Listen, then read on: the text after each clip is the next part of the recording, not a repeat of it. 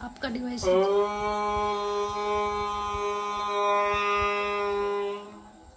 सहनावतु सहनो भुनक्तु सह वीर्यं करवावहै तेजस्विनावधीतमस्तु मा विद्विषावहै। ॐ स्वस्तिः स्वस्तिः स्वस्तिः।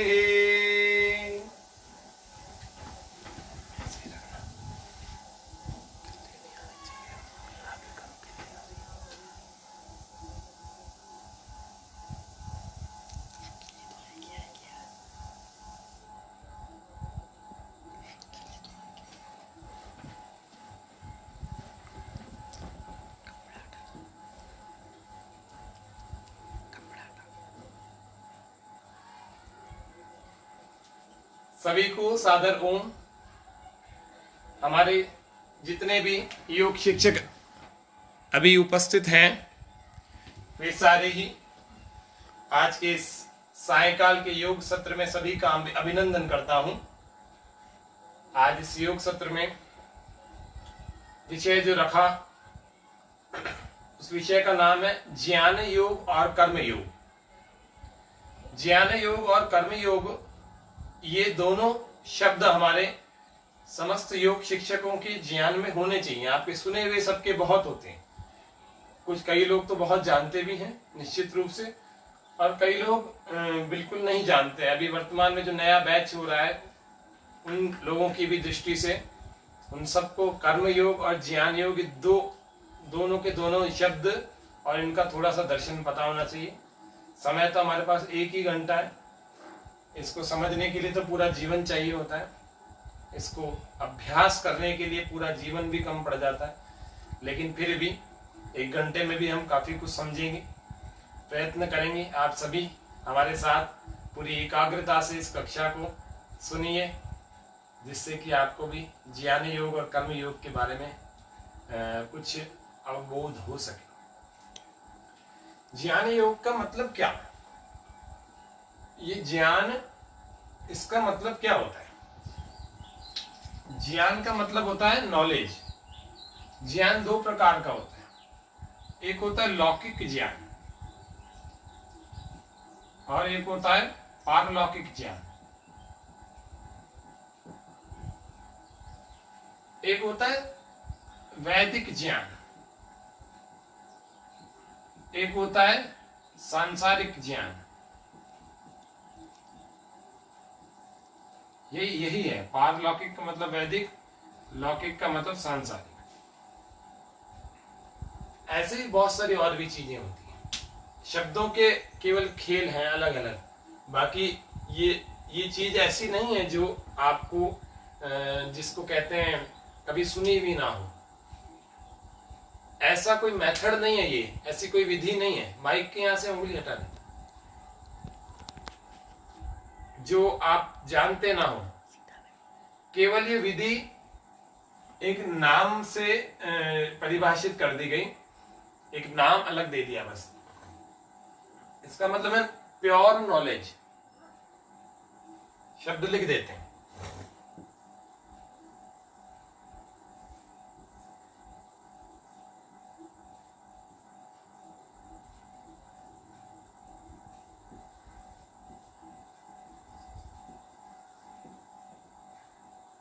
ये पहले का ज्ञान योग का अगर सरल शब्दों में समझना है तो ज्ञान योग का मतलब है प्योर नॉलेज। दूसरा कर्मयोग। कर्मयोग का मतलब होता है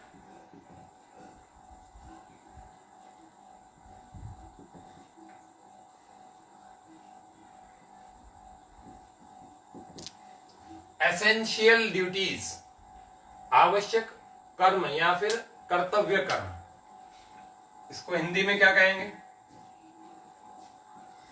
ये तो दार्शनिक शब्द हैं, लेकिन जब हिंदी की बात समझने की बात आती है, अब तो समझने की कक्षा में बैठे हैं, तो समझने की कक्षा में जब बैठते हैं तो पता लगता है कि हम सरल शब्दों के द्वारा ही जानेंगे तब समझ में आएगा। तो इसको कहते हैं शुद्ध ज्ञान, एसेंशियल ड्यूटीज, आवश्यक कर्म अथवा जिसको कहते हैं कर्तव्य।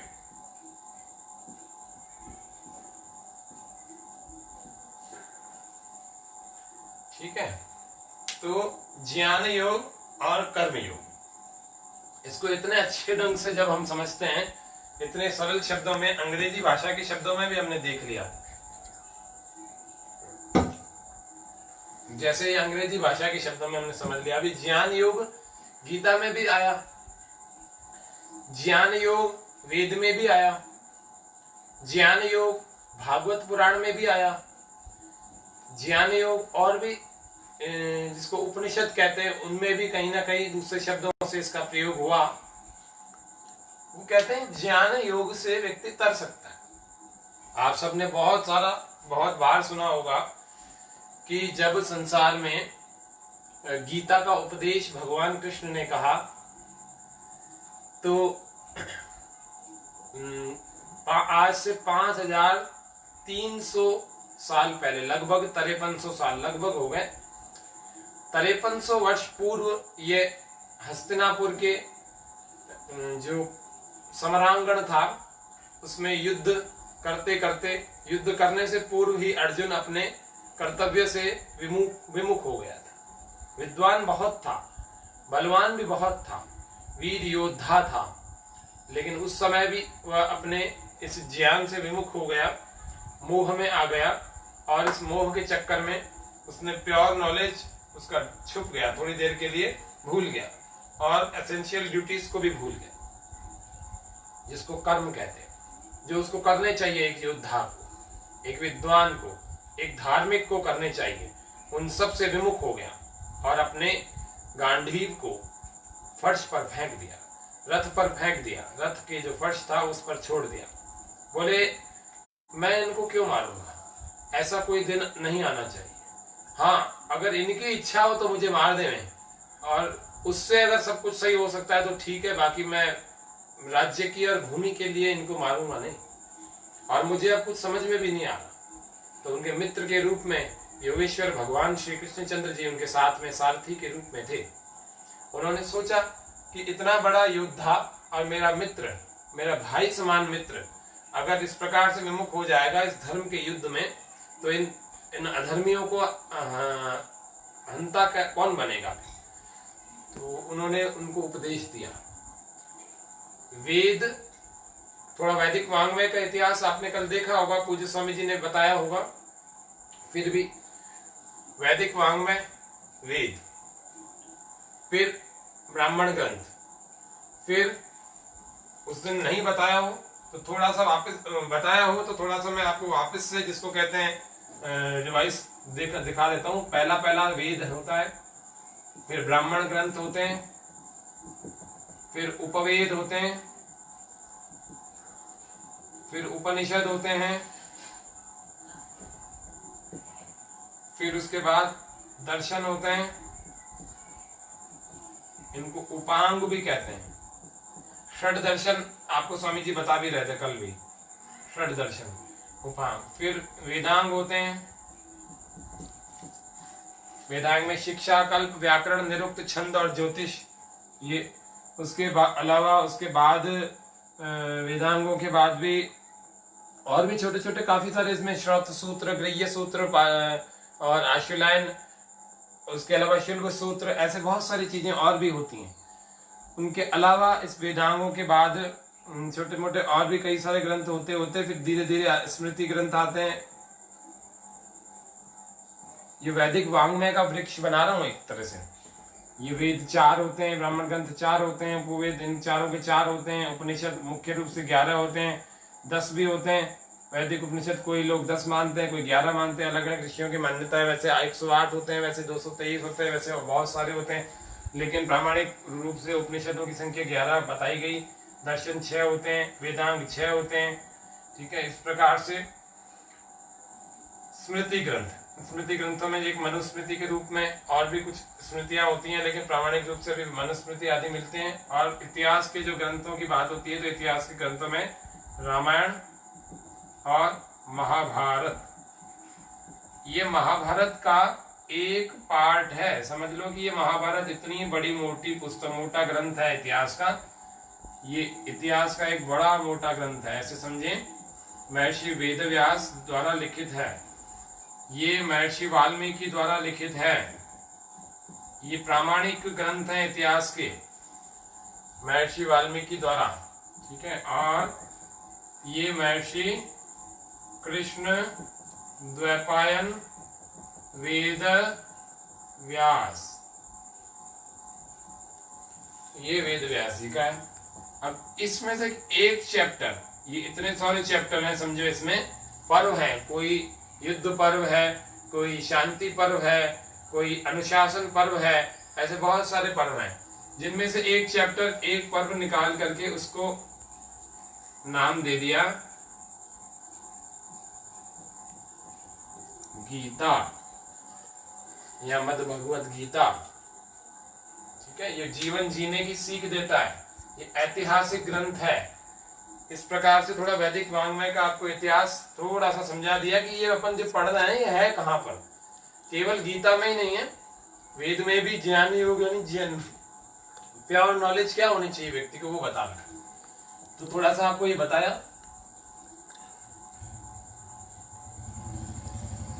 अब इसके आगे और चलते हैं।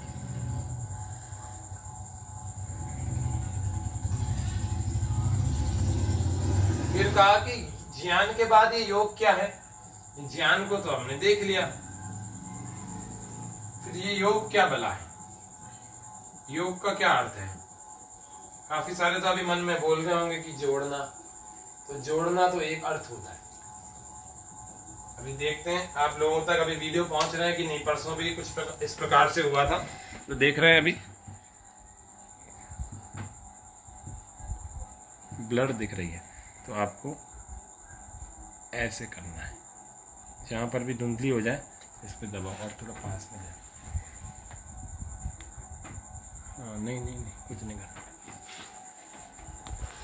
ठीक है। आज सब तक पहुंच रहे। उस दिन एक टेक्निकल समस्या थी, इस वजह से काफी लोगों तक नहीं पहुंच पा रहे थे।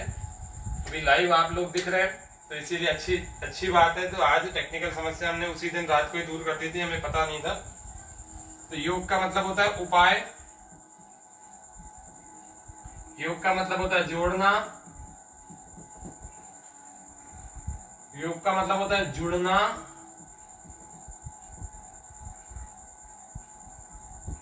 योग का मतलब होता है समाधि, योग का मतलब होता है समाधान,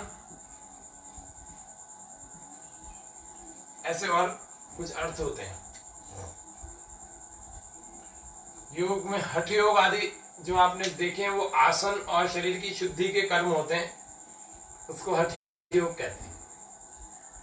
लेकिन जब ज्ञान योग की बात आती है और कर्म योग की बात आती है तो उनके तो यही अर्थ होंगे। योग की बात आएगी तो अच्छा, आपने सुना भगवान श्री कृष्ण के नाम के आगे एक शब्द लगता है योगेश्वर। अभी आपको बहुत सारे अर्थ पता लग जाएंगे, ये कैसे, ये कितनी सारी चीजें हैं। ये योगेश्वर क्यों लगा हुआ था, उनके नाम कैसे लिखा जाता है।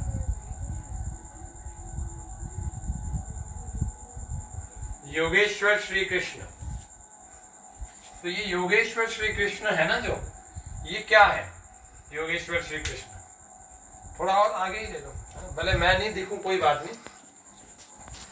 तो योगेश्वर श्री कृष्ण, योगेश्वर श्री कृष्ण का मतलब क्या होता है। अब इसका थोड़ा सा वो कर देते हैं, टुकड़े कर देते हैं। योग धन ईश्वर,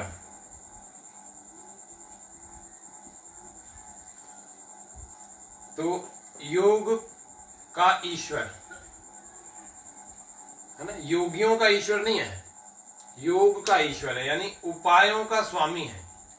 इतने सारे उपाय हैं, श्री कृष्णचंद्र जी महाराज इतने बुद्धिमान हैं कि जब विदुर जैसा नीति का कुशल, नीति का विशेषज्ञ, नीति का विद्वान व्यक्ति भी जब अपने किसी निर्णय में अटक जाता है तो कृष्ण जी के पास जाता है। उपायों का भंडार है उनके पास आइडियाज की इतना बड़ी फैक्ट्री है कि वो सही से बढ़िया बढ़िया सा आइडिया निकाल के दे देता है, जिससे धर्म का हनन भी ना हो और किसी की हानि भी ना हो। भीष्म पितामह, जो कि इतने वर्षों का वृद्ध व्यक्ति, आपको पता है भीष्म पितामह ब्रह्मचर्य से, योग से अपने आप को इतने युवा रखे हुए थे, जो पांडवों के विरुद्ध युद्ध कर रहे कौरवों की सेना के सेनापति थे, और वो 176 वर्ष की आयु के जब वो उनके सेनापति बने, 176 वर्ष की आयु की। और कृष्णचंद्र जी उनके सामने 100 वर्ष 125 साल की आयु के थे खाली। लेकिन जब वो भी अटक जाते थे किसी निर्णय में तो किसके पास जाते थे? कृष्णचंद्र जी के पास जाते। इसलिए यत्र योगेश्वर श्री कृष्ण तत्र पार्थ धनुर्धर, ये एक गीता का श्लोक है, ये पूरा अलग है। यहाँ पर ये कह रहे हैं कि योगेश्वर श्री कृष्ण है, इनके नाम के जो विशेषण लगाया। क्यों? क्योंकि इनके पास आइडियाज हैं। युधिष्ठिर अटक जाता धर्म जिसको धर्म राज भी कहते हैं, धर्म का विद्वान था, धर्म का विशेषज्ञ था, धार्मिक व्यक्ति था, उसको भी कहीं पर प्रॉब्लम होती थी तो कृष्णचंद्र जी से पूछता था। क्यों? क्योंकि वो ज्ञान योगी भी थे, कर्म योगी भी थे, योगी भी थे और योद्धा भी थे। तो योगी और योद्धा दोनों बहुत विशेष गुण श्री कृष्णचंद्र जी में थे। तो उन्होंने गीता में ज्ञान योग, कर्म योग, राजयोग, सांख्य योग, ऐसे जिसको और भी भक्ति योग आदि आदि के उपदेश महर्षि वेदव्यास ने पूरे गीता में किए हैं। कृष्णचंद्र जी के मुख से बहुत सारे ऐसे वाक्य, बहुत सारे ऐसे श्लोक हम देखेंगे महाभारत में तो पता लगता है, महाभारत के ग्रंथ में, कि बहुत सुंदर ज्ञान की अच्छे ढंग से जो श्रृंखला बनाई हुई है। लेकिन ये तो मात्र एक अध्याय है महाभारत का, जिसको गीता कह दिया। वास्तव में पूरे वैदिक वाङ्मय में रचा बसा हुआ है ज्ञान योग और कर्म योग, जिसको pure knowledge and essential duties कहते हैं। अगर ये हो जाए तो क्या हो? ये दोनों करने लग जाएं तो क्या हो जाएगा? समाधान हो जाएगा। क्या हो जाएगा? समाधान। और थोड़ा जूम कर दीजिए। समाधान हो जाएगा। समाधान को दूसरे शब्दों में कहते हैं, योग की भाषा में कह रहे हैं समाधि लग जाएगी, और दूसरे शब्दों में कह रहे हैं मुक्ति हो जाएगी। मुक्ति किससे मुक्ति हो जाएगी? समस्त दुखों से मुक्ति। समस्त दुखों से मुक्ति से, समस्त दुखों से मुक्ति। अब समस्त दुख कौन कौन से? आपको सांख्य दर्शन पढ़ाते हुए भी बताया होगा, और आदि योग दर्शन आदि पढ़ाते हुए भी थोड़ा बहुत तो बताया ही होगा। क्या बताया होगा? त्रिविध दुख था। त्रिविध दुख, अत्यंत निवृत्ति, अत्यंत पुरुषार्थ। कौन से दुख है? त्रिविध दुख। त्रिविध दुख, त्रिविध दुख। संसार में तीन ही प्रकार के दुख होते हैं। कौन कौन से? पहला होता है आध्यात्मिक दुख,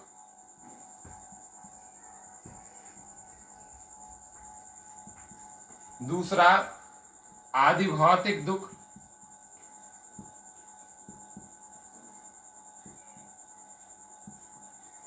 तीसरा जिसको हम कहते हैं आदि दैविक दुख।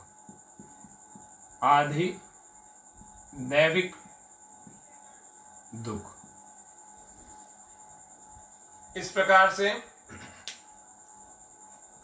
ये तीन प्रकार के दुखों से हमें मुक्ति मिल सकती है, इन त्रिविध दुखों से।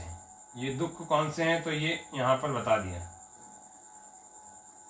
आप सब लोग यहाँ पर स्क्रीनशॉट खींच लीजिए, जिससे कि अभी फिर इसको मिटाएंगे तो आपका रह जाएगा। थोड़ा सा आपको जूम करके बता रहे हैं, ठीक ढंग से आप स्क्रीनशॉट ले लीजिए, ऊपर से लेकर दिखा रहे हैं, स्क्रीनशॉट ले सकते हैं। धुंधला नहीं आए, है ना, ब्लर नहीं हो। तो ज्ञान योग के और कर्म योग के करने से समाधान हो जाएगा। समाधान ही तो सब चाहते हैं, सारा संसार समाधान के चक्कर में घूम रहा है, समाधि के चक्कर में घूम रहा है, मुक्ति चाहता है, शांति चाहता है, झंझट से बंधन से छूटना चाहता है। तो ये सब करने के लिए इसको ये दो चीजें करनी पड़ेंगी। अब आज के विषय को थोड़ा अब इसके अंदर प्रवेश कर रहे हैं। अच्छा, ये आध्यात्मिक दुख, ये जो आध्यात्मिक दुख है वो स्वयं की गलती से होने वाले दुखों को कहते हैं, स्वयं की लापरवाही से। स्वयं की लापरवाही से होने वाले दुखों को आध्यात्मिक दुख कहते हैं।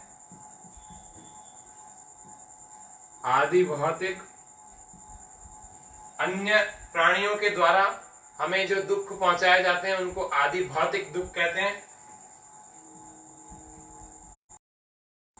दैवीय आपदाओं के द्वारा हमारे को जो दुख होते हैं, जिसमें बाढ़, भूकंप, तूफान आदि आदि, प्रलय, ये सब चीजें जो दुख पहुंचाती हैं वे सब आदि दैविक दुख हैं। जैसे बिजली गिर गई कहीं, अब ये तो किसी मनुष्य ने नहीं गिराई, वो आदि दैविक दुख है। आदि भौतिक, किसी ने गाड़ी ठोक दिया, आपकी टक्कर मार दिया, किसी ने ट्रक से कुचल दिया, ये सब आदि भौतिक अन्य प्राणियों के द्वारा। सांप ने काट लिया, किसी ने थप्पड़ मार दिया, किसी ने चाकू मार दिया, ये सारे आदि भौतिक दुख होते हैं। आध्यात्मिक दुख, ज्वर, शरीर में और भी काफी सारे कष्ट होते हैं, बुखार के अलावा भी होते हैं, वे सारे आध्यात्मिक दुख होते हैं जो हमारी ही लापरवाही से आया करते हैं। ये हो गए, ये भी हो गया। अब ज्ञान योग को थोड़ा सा समझते हैं। ज्ञान योग कैसे किया जाता है इसको थोड़ा शब्दों में जानते हैं। पहला, विवेक होना चाहिए हमारे भीतर। जब तक किसी सही निर्णय तक पहुंचने के लिए आपका बुद्धि का एक अच्छा स्तर नहीं होगा, तब तक आप किसी बात को अच्छे ढंग से समझ नहीं सकते। जिसमें विवेक नहीं होता ना, वो वास्तविकता को समझे बिना भी लोगों पर आक्षेप कर देता है। किसी भी व्यक्ति को बहुत बुरा कह देता है, बुरा भला कह देता है, और फिर बाद में पछताता जब उसको वास्तविकता पता लगती है। बुद्धि को ठिकाने रखना चाहिए, विवेक पूर्वक अब हमारे निर्णय होने चाहिए। इसको विवेक के बारे में भी हम कहेंगे तो बहुत सारा कह सकते हैं, आप भी बहुत सारा समझ भी सकते हैं, बहुत सारा, लेकिन शब्द छोटे सी दृष्टि से बता रहे, संक्षिप्त में बता रहे। वैराग्य, दृष्टानुश्रविक विषय विस्तृष्णस्य वशिकार संज्ञा वैराग्यम। योग दर्शन के प्रथम पाद में एक सूत्र दिया हुआ है, दृष्टानुश्रविक विषय विस्तृष्णस्य वशिकार संज्ञा वैराग्यम। आपने सबने पढ़ा होगा योग दर्शन में, ये सूत्र न पढ़ा हो तो सबके पास योग दर्शन होगी, उसमें देखिएगा क्या है सूत्र। दृष्टानुश्रविक, दृष्ट और अनुश्रविक, देखी हुई, और अनुश्रविक यानी सुनी हुई, देखी हुई घटनाएं और सुनी हुई घटनाएं। विषय विस्तृष्णस्य, बहुत बार उनको कर लिया, बहुत बार उनको देख लिया, तो फिर क्या हो जाता है, उनसे तृष्णा होने लगती है, उनसे दूर होने लगता है, उनको वो मन को अच्छी नहीं लगती है। अब एक दिन में बहुत सारे गुलाब जामुन खा लो, 3, 5, 8, 10, 20, आप देखना काफी दिन तक तो आपको अच्छे ही नहीं लगेंगे, आपको कुछ दिन तक के लिए तो वैराग्य हो जाएगा। दृष्टानुश्रविक, बहुत सारी ऐसी सुबह शाम आप अखबार में और टीवी में ऐसे घटनाएं सुनते और पढ़ते रहते हैं, और भी लोगों के मुख से भी सुनते रहते हैं। तो क्या होता है, उससे हमें वैराग्य होने लगता है।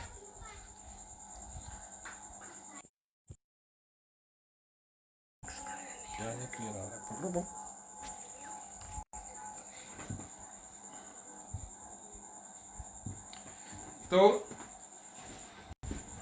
दिखाओ कितने लोग हैं।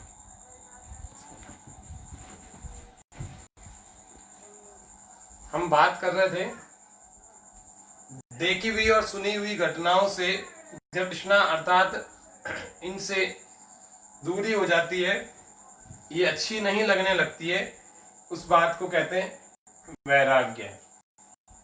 विषय विश्लेषण से वशीकार वैराग्य। जब योग दर्शन का प्रकरण देखें तो उसको देख लीजिएगा। अभी तो केवल मैं आपको ये इसका थोड़ा सा परिचय दे रहा हूं। फिर यहाँ पर ये कह रहा है कि वैराग्य के अलावा है सत्संग। ये संसार का नियम है कि जिसके साथ जो चीज रहती है वैसी हो जाती है।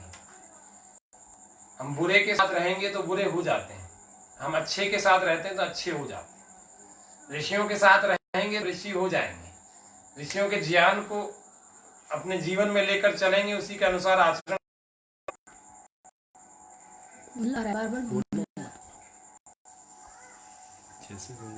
कर दिया।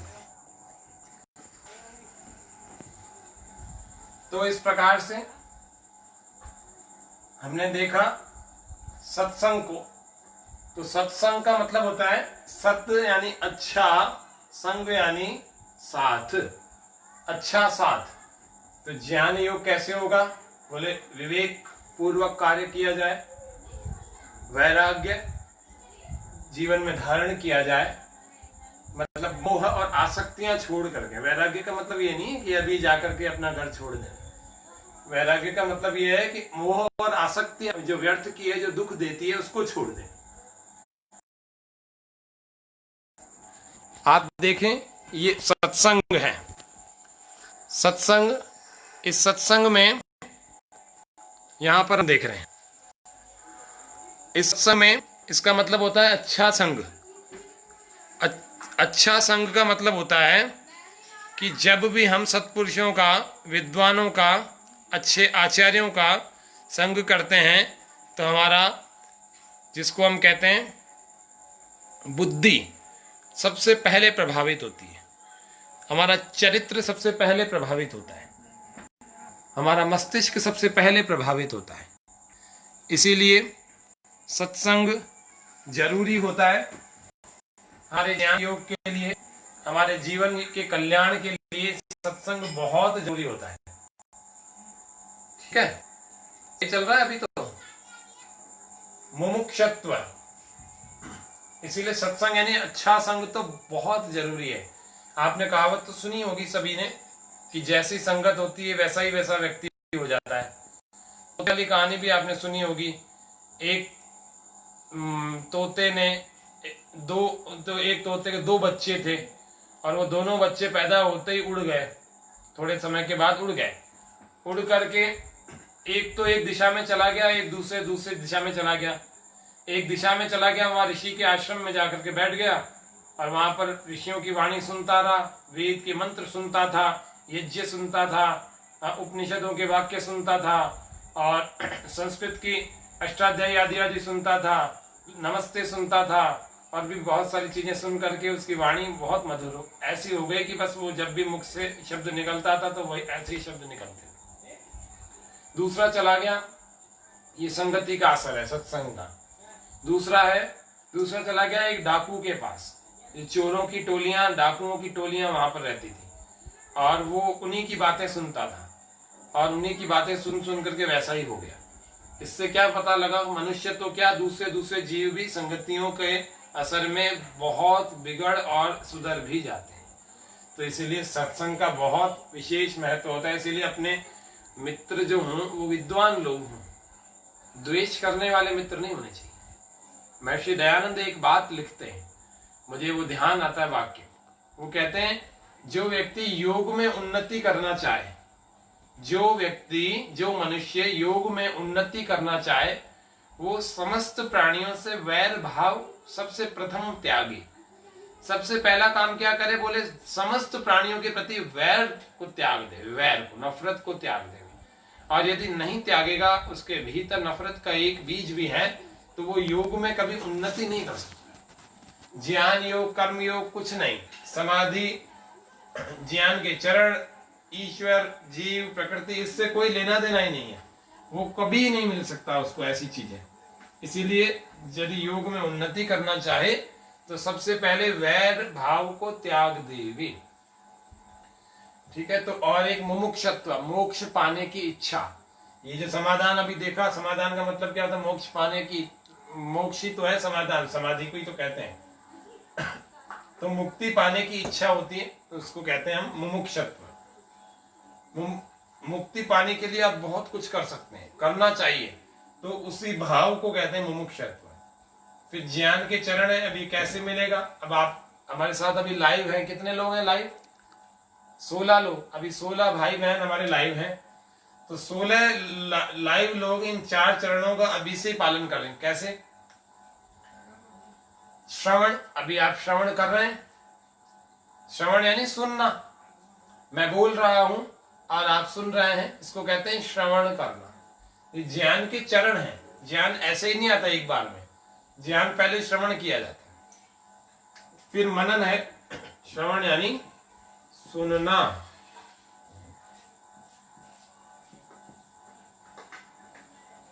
मनन यानी सुने पर विचार करना।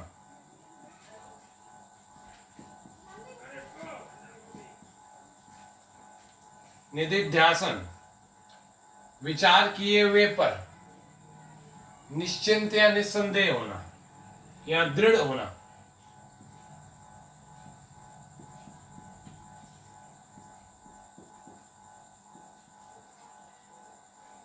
ठीक है। उसके बाद साक्षात्कार यानी व्यवहार, इंप्लीमेंट करना।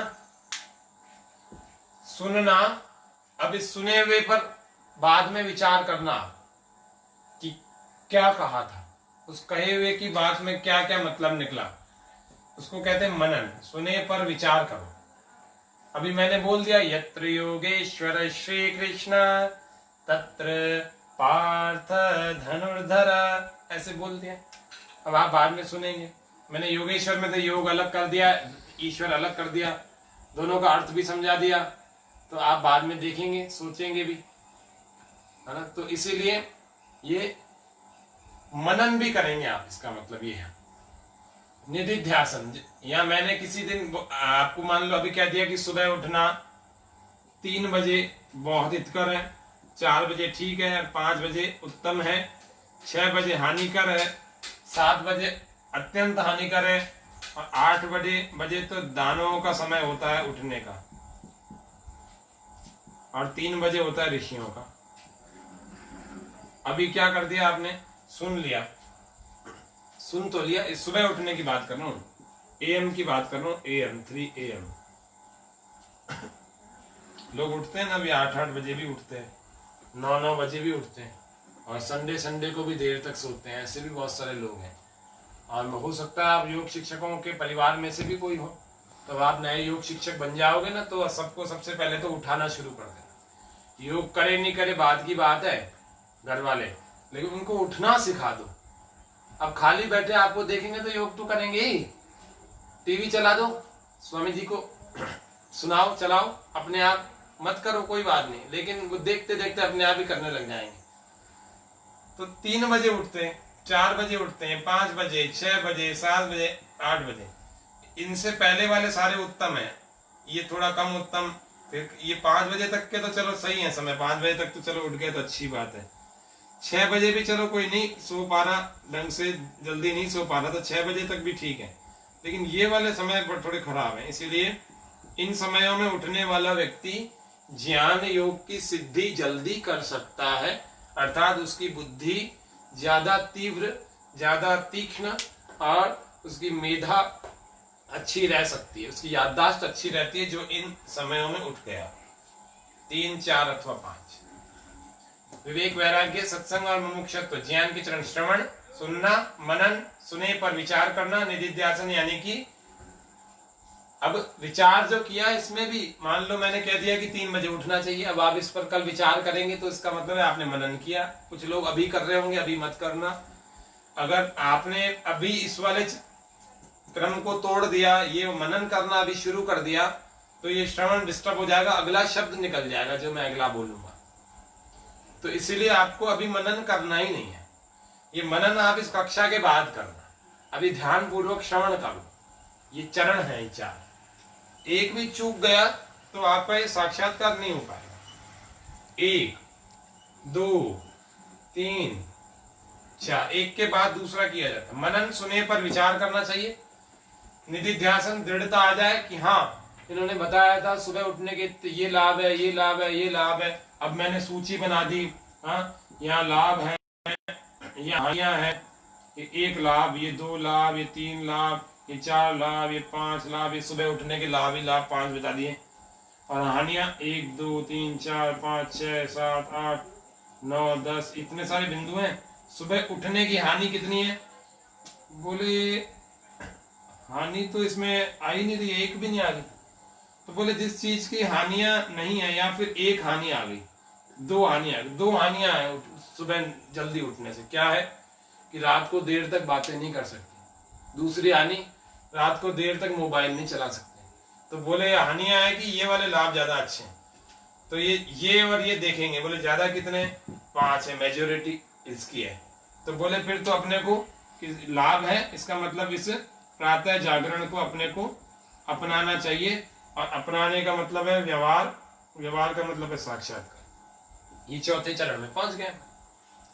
यानी कि सुबह उठना, केवल एक बात हमने यहाँ श्रवण की थी, इस पर मनन भी कर लिया, इस पर निधि ध्यासन करके ये लिस्ट भी बना दी, और फिर समझ में आया कि यार लाभ वाला काम जो होता है वही ज्यादा करना चाहिए। तो फिर वो जिसमें लाभ ज्यादा है उसको आपने करना शुरू कर दिया, यानी साक्षात्कार, यानी व्यवहार काल।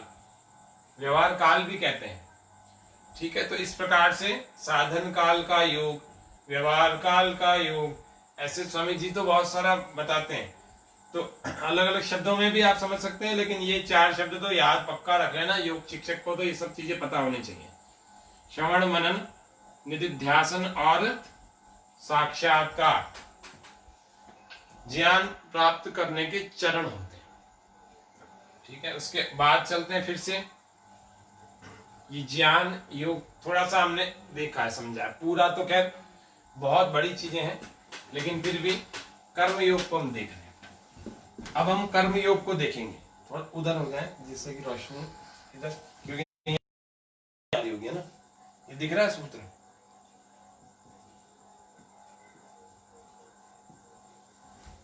चलेंगे। सती मूले तद्विपाको जात्यायुर्भोगा। यहां पर हमने क्या देखा? सती मूले तद्विपाको। सती मूले तद्विपाको का मतलब क्या होता है? हमारे भीतर, ये कर्म को समझ रहे हैं अब हम, कर्म योग को। अभी तक ज्ञान योग को समझा था, अब हम कर्म योग को समझ रहे हैं थोड़ा सा। तो कर्म योग को भी बड़े सरल ढंग से समझेंगे, ये भी कोई झमेला नहीं है। देखो कुछ एक चीज समझा रहा हूं। आपने यदि 4 वेदों के नाम सुने हो, पहले दिन से सुन रहे होंगे, ऋग यजु साम अथर्व। ऋग्वेद, यजुर्वेद,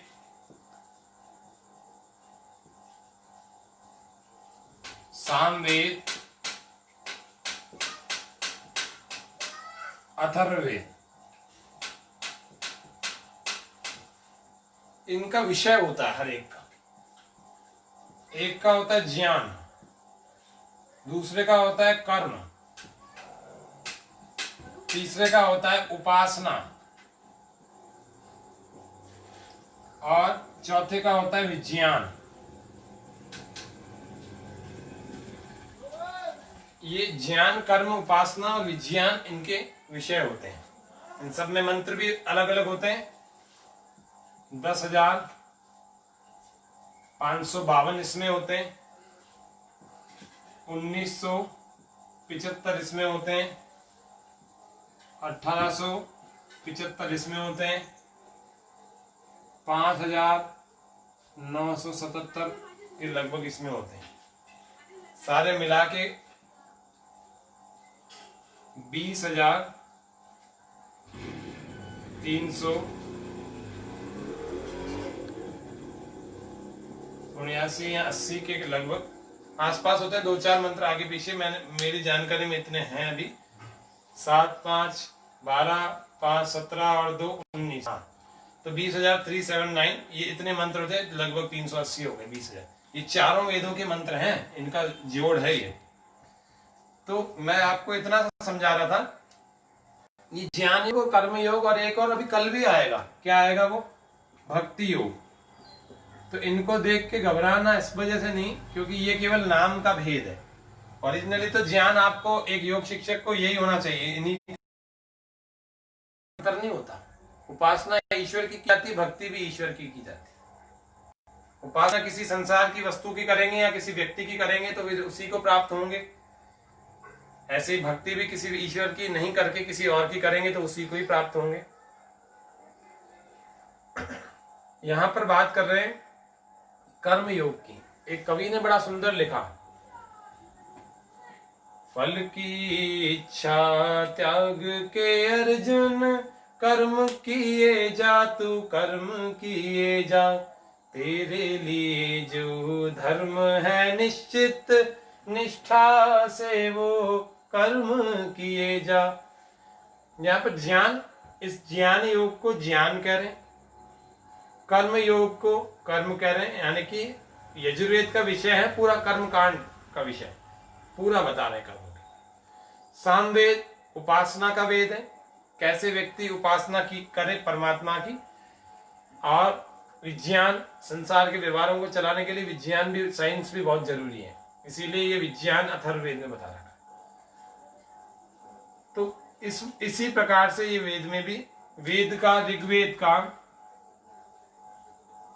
10वां मंडल लगभग 196 सूक्त या कुछ इस तरह का है ऋग्वेद में, जिसको कहते हैं ज्ञान सूक्त।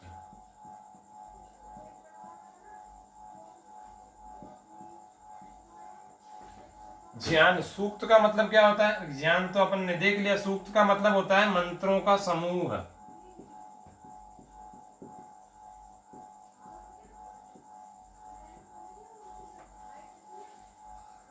कर्मयोग, कर्मयोग कहां पर है? यहां पर आ जाओ, ये तो हो गया इससे। अब आ जाओ यजुर्वेद का। इसमें यजुर्वेद का 40वां अध्याय ईशोपनिषद है, उसमें काफी कुछ कर्मयोग और ज्ञान योग दोनों के संबंध में काफी कुछ मंत्र दिए हुए हैं, जिसको ईशोपनिषद भी कहते हैं। यजुर्वेद का 40वां अध्याय 1 से लेकर के 18 मंत्र उसमें है। वो यजुर्वेद का है।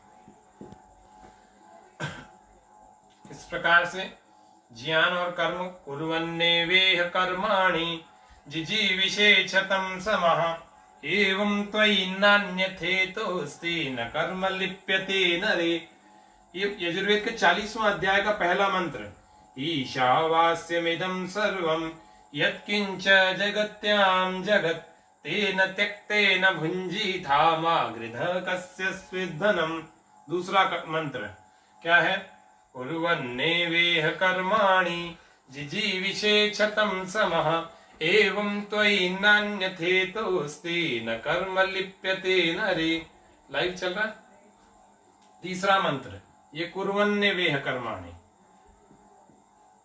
तीसरा, असूर्यानाम ते लोका अंधेन तमसावृता, तांस्ते प्रेत्यापि गच्छन्ति ये केचात्महनो जनः।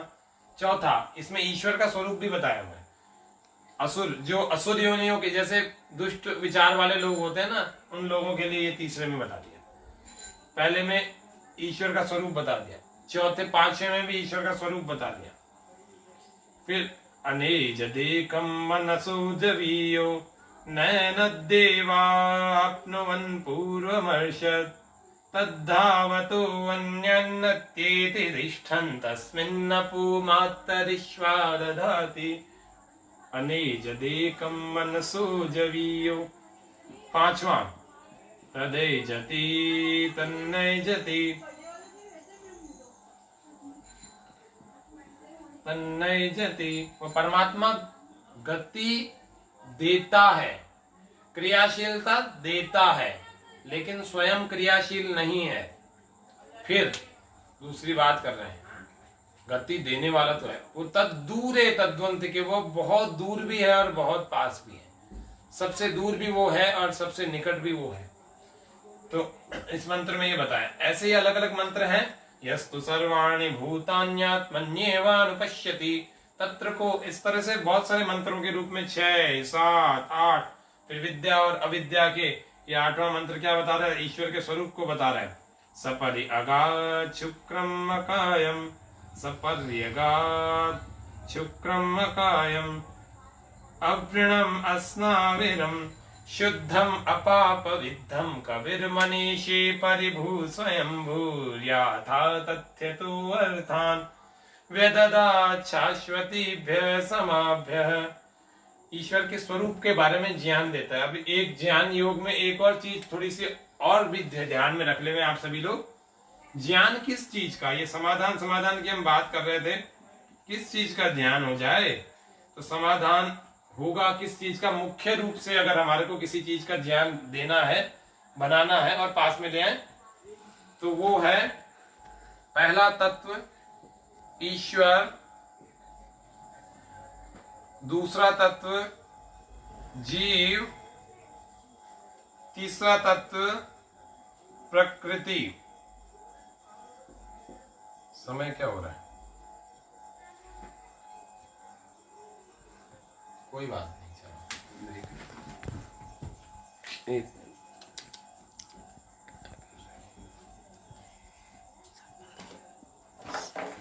15 मिनट बाद। चलो, ईश्वर जीव प्रकृति, ज्ञान किसका होने के लिए बात कर रहा है? तो विवेक वैराग्य होके होगा क्या? तो ईश्वर के बारे में, जीव के बारे में और प्रकृति के बारे में जानने को मिलेगा। अभी ईश्वर को ठीक ढंग से भी जानते नहीं है। जब जानेंगे तो इतने सारे दुख और इतने सारे मस्तिष्क में जो भ्रम है, अंधविश्वास है, ये सारे भाग जाए। ये 8वां मंत्र ईश्वर को ठीक ढंग से जना देगा। सपर्यगात् शुक्रम कायम, अविणम अस्नाविरम, शुद्धम अपाप विद्धम, कविर्मनीषी परिभू स्वयंभूर याथा तथ्य तु अर्थान व्यददात् शाश्वतीभ्य समाभ्य। ये एक सर्वे के मुताबिक, एक सर्वे में ये आंकड़ा आया कि पूरी दुनिया में ऐसे 540 लोग हैं जो अपने आप को भगवान बोलते हैं। भगवान का अवतार बोलते हैं स्वयं को कि मैं स्वयं भगवान हूं, ऐसा बोलते हैं 540, जिनमें से 200 से ज्यादा तो हैं जेल में, बाकी अभी और चले जाएंगे। 5-7 के तो नाम भी आप जानते हैं। इसीलिए इन बातों को हमें इसलिए पता होना चाहिए, नहीं तो ईश्वर की परिभाषा नहीं पता होगी तो हम किसी मनुष्य को भी भगवान मान लेंगे। नाम तो नहीं ले रहा, लेकिन आप सब लोग जानते हैं, जो जो लोग जेलों में हैं वो लोग अपने आप को भगवान कहते थे। ऐसे ईश्वर की परिभाषा से जो व्यक्ति दूर हो जाएगा वो कभी भी सही सच्चे ईश्वर की उपासना नहीं कर पाएगा, उसके प्रति कर्म नहीं कर पाएगा, उसका ज्ञान उसका व्यर्थ हो जाएगा। क्यों? क्योंकि वो ईश्वर तो किसी और को समझ रहा है। एक और ऋषि का वाक्य एक और याद आता है कि जो भी ईश्वर के अतिरिक्त अन्य पदार्थ में ईश्वर बुद्धि रख करके उसकी उपासना करता है, वह व्यक्ति महान एवं घोर दुख को प्राप्त होता है। इसीलिए किसी और वस्तु को भी ईश्वर मान करके उसकी पूजा करने से बहुत घोर दुख पैदा होता है। तो इसीलिए कभी भी झूठे ईश्वर को पूजना नहीं चाहिए। तो ईश्वर के बारे में ठीक ठीक ज्ञान क्या क्या होना चाहिए? ये अनादि है, कभी इसका जन्म नहीं होता और अनंत है। जीव के बारे में भी होना चाहिए, ये भी अनादि है, अनंत है। प्रकृति भी अनादि है, अनंत है। ये तीनों के तीनों ही अनादि हैं, अनंत है। ये कभी प्रारंभ नहीं होते, कभी समाप्त नहीं होते। जीव के बारे में ज्ञान योग में गीता में भी कह रहे हैं, नैनम छिन्दन्ति शस्त्राणि नैनम दहति पावकः न क्लेदयन्तं मारुत न शूष। इस तरह का एक पूरा एक मंत्र है, श्लोक है, वो कह रहे हैं कि ये नैनम छिंदंती शस्त्राणि, शस्त्रों से काटा नहीं जा सकता।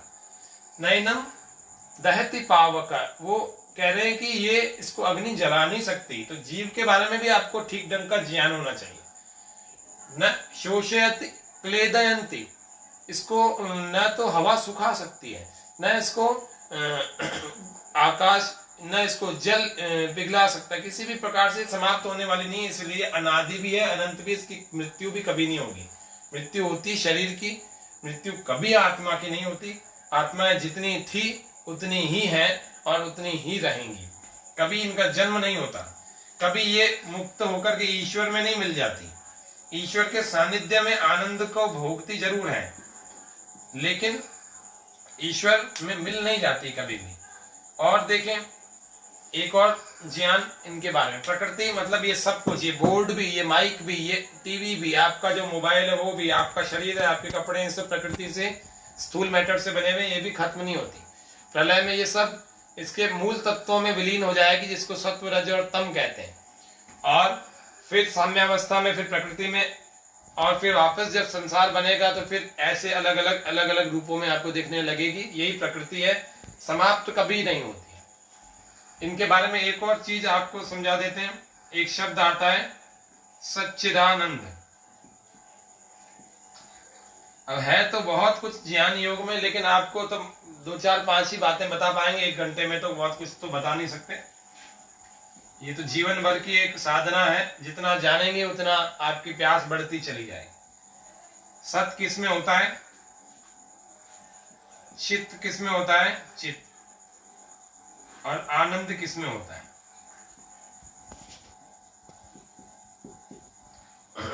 सत का मतलब होता है होना, एग्जिस्टेंस, जो है। तो सत तो तीनों में है, ईश्वर भी है, ठीक है, जीव भी है और प्रकृति भी है। अभी देखा था ना, तीनों है। क्या है? अनादि भी है, अनंत भी है, लेकिन तीनों है, एग्जिस्टेंस वाली, तभी तो इनका नाम लिया जा रहा है। दूसरा चित्त, चित्त यानी कॉन्शियसनेस, चेतनता। चेतनता प्रकृति में तो है नहीं। ये बोर्ड अपने आप, ये पेन अपने आप तो लिखेगा नहीं, इसको लिखाना पड़ेगा। तो इसमें चेतना नहीं है, प्रकृति में चेतना नहीं है। तो जीव में है और ईश्वर में है, ठीक है, इसमें चेतना इसको कहते हैं। कहाँ है? ईश्वर में है और जीव में है। आनंद, अब जीव में आनंद ही होता, फिर योग विद्या को क्यों पढ़ रहा होता? प्रकृति में भी आनंद होता, ये बोर्ड के रूप में यहाँ क्यों पढ़ी होती? तो आनंद किस में है? केवल और केवल ईश्वर में है, ठीक है। तो ये थोड़ा सा आपको पता होना चाहिए। इसकी भी एक स्क्रीनशॉट आप सब लोग ले लें, आपको जूम करके दिखा रहे हैं। क्लियर आ रहा है?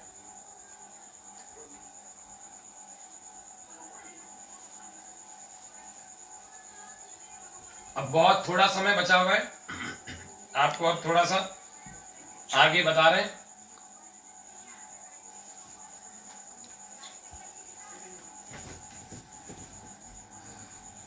थोड़ा सा और बता रहे हैं यहाँ पर कर्मों के बारे में। सती मूले तद विपाको जात्यायुर्भोगा। हमारे चित्त में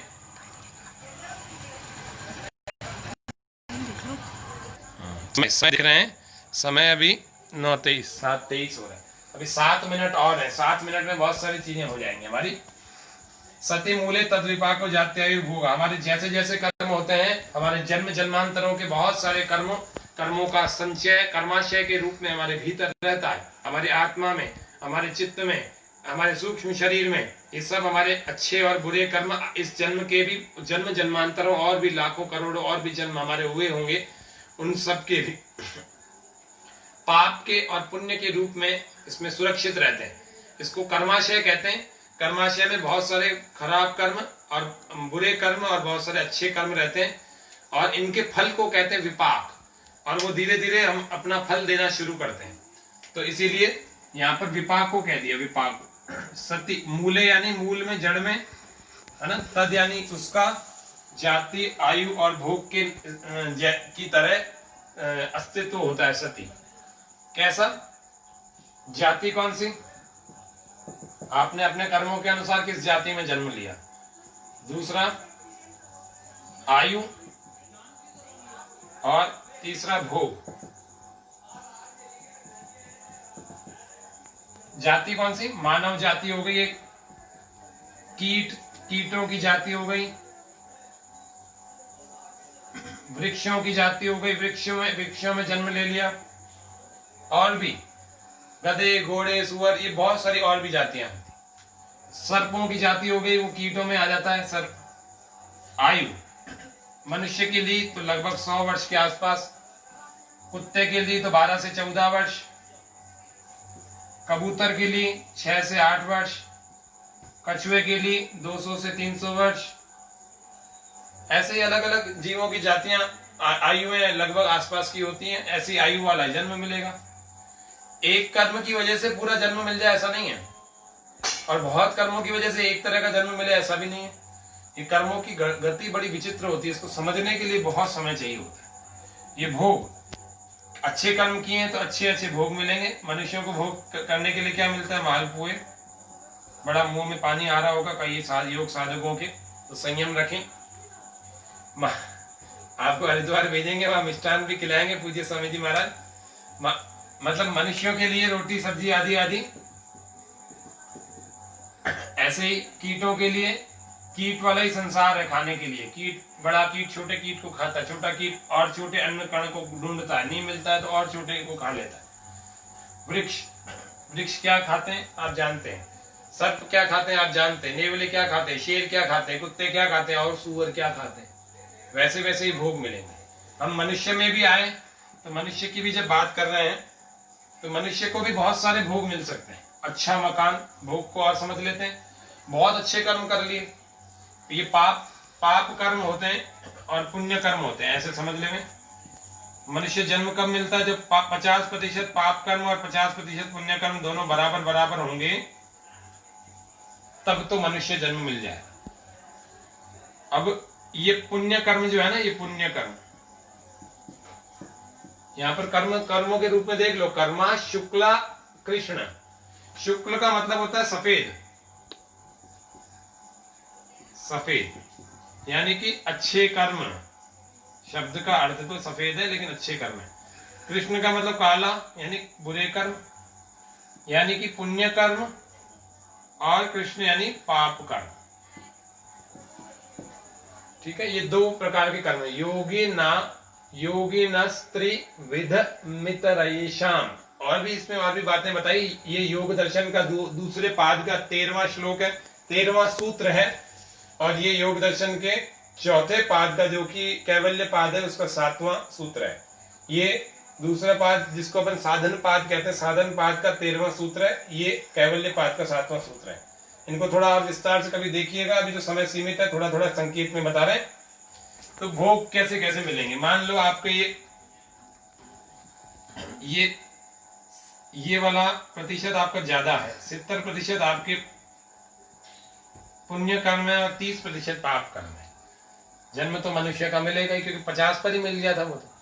लेकिन अब पुण्य कर्म ज्यादा है तो ज्यादा अच्छे ढंग से मिलेगा आपको। बहुत बड़ा मकान, बंगला या बड़ा ऐश्वर्य मिलेगा, बहुत अमीर घर में मिलेगा। और हो सकता है और ज्यादा हो, ये 90 हो, ये 10 ही हो, है ना। तो फिर हो सकता है बहुत बड़े विद्वान के घर, बहुत बड़े धीरू भाई अंबानी जैसे कोई घर। ऐसे बहुत सारे ऐश्वर्य, बड़े ऐश्वर्य वालों के यहाँ भी मिल सकता है। बहुत अच्छा सुंदर शरीर मिल सकता है, बहुत सुंदर अच्छी बुद्धि, मेधावी मस्तिष्क मिल सकता है। ये भोग के रूप में ऐसी ऐसी चीजें मिलती है। तो सतिमूले तद विपाको जात्यायुर्भोगा, जैसे कर्म करेंगे। दूसरा एक संस्कार को और बता देता हूं। जैसे जैसे हम कर्म करते हैं, अच्छे करें, बार बार करें, तो मन पर कैसे संस्कार पड़ेंगे? अच्छे संस्कार पड़ेंगे। अच्छे संस्कार किस प्रकार से? संस्कार का मतलब क्या होता है? हर एक बुरे भी होते हैं। कोई भी कार्य किया जाता है, कार्य करने पर मन पर, कार्य करने से मन पर पड़ी हुई छाप, इसको कहते हैं संस्कार। कोई भी कार्य करते हैं उससे मन पर ऐसे छाप डालते हैं ना अपन, कोई सील लगाते हैं, मोहर लगाते हैं, उसी को कहते हैं ये। तो ये बार बार अच्छा काम करेंगे तो अच्छी छाप पड़ेगी, यानी कि अच्छे संस्कार हमारे बढ़ जाएंगे, फिर आगे भी आपसे अच्छे संस्कार ही होंगे। स्वामी जी बहुत बार बोलते हैं, पूज्य स्वामी जी महाराज क्या बोलते हैं कि अनंत गुना होता है अच्छे कर्मों का फल, और बोले बुरे कर्मों का फल भी अनंत गुना, क्योंकि फिर इनके संस्कार बनते जाते हैं आपके। बार बार खराब काम करेंगे तो भी, बार बार अच्छे काम करेंगे तो भी, तो अच्छे संस्कार बन जाएंगे तो आगे भी आपसे अच्छे कर्म कराते जाएंगे, बुरे बन जाएंगे तो आगे भी आपसे बुरे कर्म कराते जाएंगे, इसलिए अच्छे कर्म ही करने चाहिए। तो ये संस्कारों को भी थोड़ा समझ लिया हमने। तो संस्कारों के माध्यम से भी हमें फल मिलते हैं, विपाक मिलता है। ये रहा।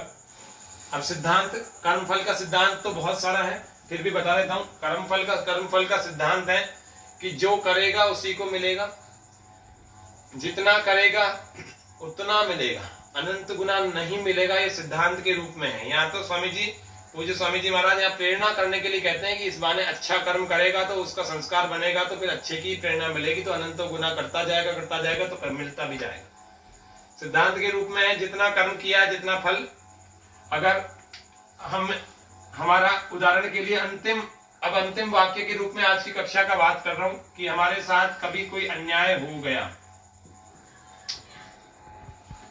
तो अन्याय हो गया तो आप पहले उसके न्याय प्राप्त करने के लिए अपना पुरुषार्थ करें। पुरुषार्थ जब करेंगे तो क्या होगा, आप मान लो कहीं पर जा रहे थे और आपका पर्स लेकर के कोई भाग गया, आप क्या करेंगे, एक हद तक उसका दौड़ते या फिर सोचेंगे नहीं परमात्मा मुझे दे देगा, कर्म उसका कर्म था वो उसने कर लिया, मुझे तो क्षतिपूर्ति मिल जाएगी। सिद्धांत में क्षतिपूर्ति आती है, परमात्मा क्षतिपूर्ति करता है। कब करता है, जब यहाँ वर्तमान की न्याय व्यवस्था नहीं कर पाती, हम अपने पुरुषार्थ से उसको करने नहीं देते हैं, तब परमात्मा क्षतिपूर्ति करता है। यहाँ वर्तमान की न्याय व्यवस्था तो बची हुई क्षतिपूर्ति परमात्मा करता है। इस प्रकार से ये सिद्धांत काम करता है। कभी हमारे साथ अन्याय हो गया, मान लो पर्स चला गया और पर्स के पीछे आप भाग गए, भागते भागते अपने पकड़ लिया, नहीं पकड़ में आ गया, भाग गया, लेकिन आप पूरी ईमानदारी से उसके जहां तक कर सकते थे उतना किया। फिर उसके बाद भी आप कर सकते थे, थाने तक जाना था, आप थाने तक भी गए, फिर भी नहीं मिल पाया, फिर उसकी क्षतिपूर्ति न्यायालय दे सकता है तो ठीक है, नहीं दे सकता कोई बात नहीं, आपको परमात्मा उसकी क्षतिपूर्ति करके दे। ये उसके लिए होगी जो पुरुषार्थी होगा, जिसने यत्न पूरे कर लिए हो न्याय प्राप्त करने के लिए, नहीं तो उसकी क्षतिपूर्ति पूरी नहीं होने वाली। ठीक है, इसी प्रकार से ये सिद्धांतों के रूप में और भी बहुत सारी सिद्धांतों की चीजें हैं। तो जो करता है, जैसा करता है वैसा वैसा उसको मिलता है। मैं करूंगा तो मुझे ही मिलेगा, मेरी पत्नी को नहीं मिलने वाला, ये ध्यान रखना। ठीक है, ये कोई फैक्ट्री नहीं है कि नॉमिनी बना दिया, यहाँ पर कर्मों में कोई नॉमिनी नहीं होता। इसीलिए आज के इस योग के सत्र को इस प्रकार से पूरा करना है। आज के इस योग सत्र में आपने ज्ञान योग और कर्म योग की चर्चा को मेरे से सुना। मैं अजमेर से आचार्य हेमंत, राजस्थान के इस अजमेर जिले के भारत स्वाभिमान के सह जिला प्रभारी के दायित्व को देख रहा हूं पिछले कुछ वर्षों से। आप सब आज इस कक्षा को श्रवण कर रहे थे। जिन लोगों से परसों की कक्षा चली नहीं थी 7 तारीख वाली, वे लोग भी इसी मेरी आईडी पर भी, अथवा अब तो तकनीकी समस्या सॉल्व हो चुकी है, मैंने ग्रुप में भी डाल दी थी, वो कक्षा भी देख ले में बहुत महत्वपूर्ण कक्षा थी। तो उन कक्षाओं, मेरी 2 कक्षाएं ये हो चुकी हैं, एक कक्षा मेरी कल और है। तो आप सब लोग उस परसों वाली कक्षा को भी देख सकते हैं, क्योंकि बहुत सारे लोगों की शिकायत आ रही थी छूट गई। तो आप सब लोग उसको देख लें। आपके मतलब उस समय तकनीकी समस्या ऐसी थी कि मुझे खुद को भी पता नहीं था, बाद में मैंने सबको ठीक करके भिजवा भी दिया था। तो आप आशा करता हूँ काफियों ने देख लिया होगा, जिन्होंने न देखा हो वे लोग, इसीलिए मुझे कहना पड़ रहा है उनको। फिर प्रभारी जी को फोन करते हैं कि हमें उस दिन की कक्षा भिजवाओ, इसीलिए मैं सबको कह रहा हूँ कि वो समस्या सॉल्व हो चुकी है। आप इसी मेरी फेसबुक आईडी पर भी देख सकते हैं, वो वाली कक्षा ऑलरेडी अपलोडेड है। तो आज के लिए हम इतना रखते हैं। सर्वे भवन्तु सुखिनः, सर्वे सन्तु निरामया, सर्वे भद्राणि पश्यन्तु, मा कश्चित् दुःखभाग् भवेत्। ओम शांति शांति शांति। सर्वेभ्यो नमः। रुको रुको। हाँ, आज का वैसे विषय बहुत विस्तृत था, बहुत कुछ था, लेकिन फिर भी मैंने प्रयास किया संक्षिप्त रूप से आप सबको अपना और ये वेद का मंतव्य अपनी ओर से। तो मैं आशा करता हूँ आप बहुत सरल शब्दों में ये कुछ समझ में आया होगा।